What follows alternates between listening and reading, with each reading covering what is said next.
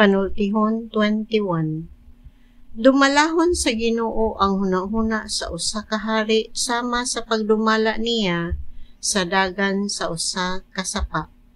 Bisan pag naghunahuna ka nga ang tanan mong gibuhat husto apan timan-i nga hukman sa Ginoo ang imong mga motibo.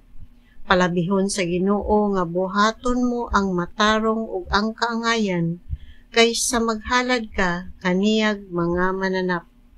Ang mga taong dautan sa ilang pagkamapahitason o garbo, gigamhan o kini kasalanan. Ang plano sa makugihon mudangat sa pagkamadagayaon, apan ang madali-dalion nagdali lamang ngadto sa kawadon. Ang bahandi nga imong maangkon pinaagi sa limbong, dali rang mahanaw o maghatod kanimo ngadto sa kamatayon.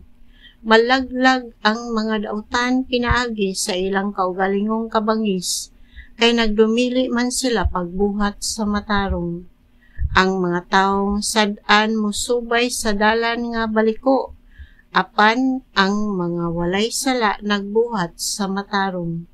Maayo pag magpuyo sa kisame kaysa mutipon pagpuyo sa balay sa asawa nga tagaw-tawan.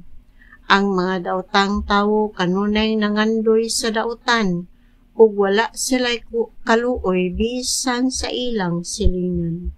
Sa dihang silutan ang taong bugal-bugalon, makakuhag pagtulun-an bisan gani ang mga hungog.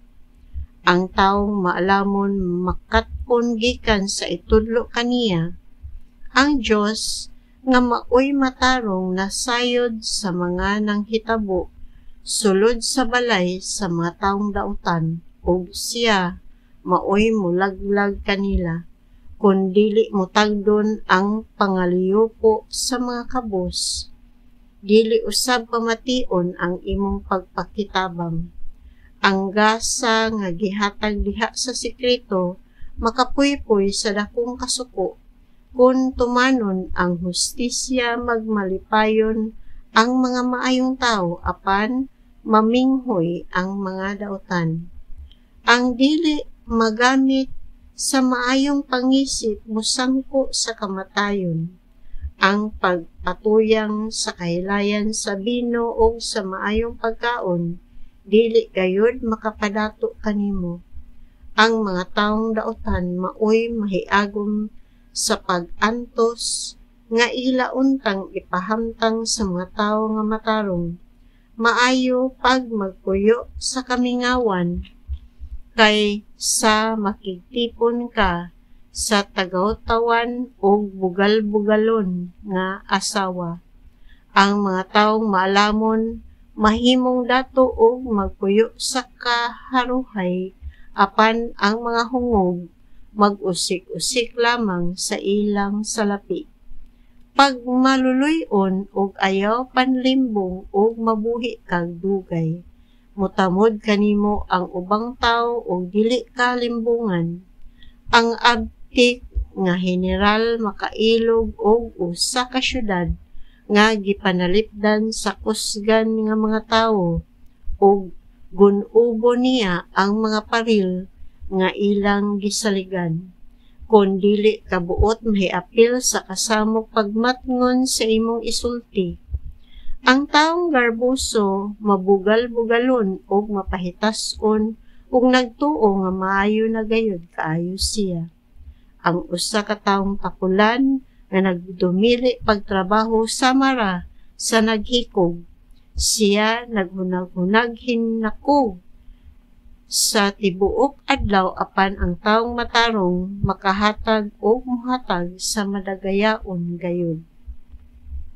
Kasilagan sa Ginoo ang mga taong dautan nga maghimog halad kaniya labi himuon nila kini tungod sa daotang mga tinguha. Dili katuuhan ang pagsaksi sa taong bakakon apan ang isulti sa tawo nga naghuna-huna pag-ayos sa angay niyang isulti tuuhan gayud. Ang taong matarong magmatngon sa iyang binuhatan apan ang taong dautan magpabaga sa iyang nawong. Ang kaalam, ang kalangkip sa hunahuna ug ang pagtugkad sa mga butang walay kapuslanan kun ang Ginoo batok kanimo. Makaandam kamo sa mga kabayo alang sa gubat apan ang Ginoo maoy muhatag sa kadaugan.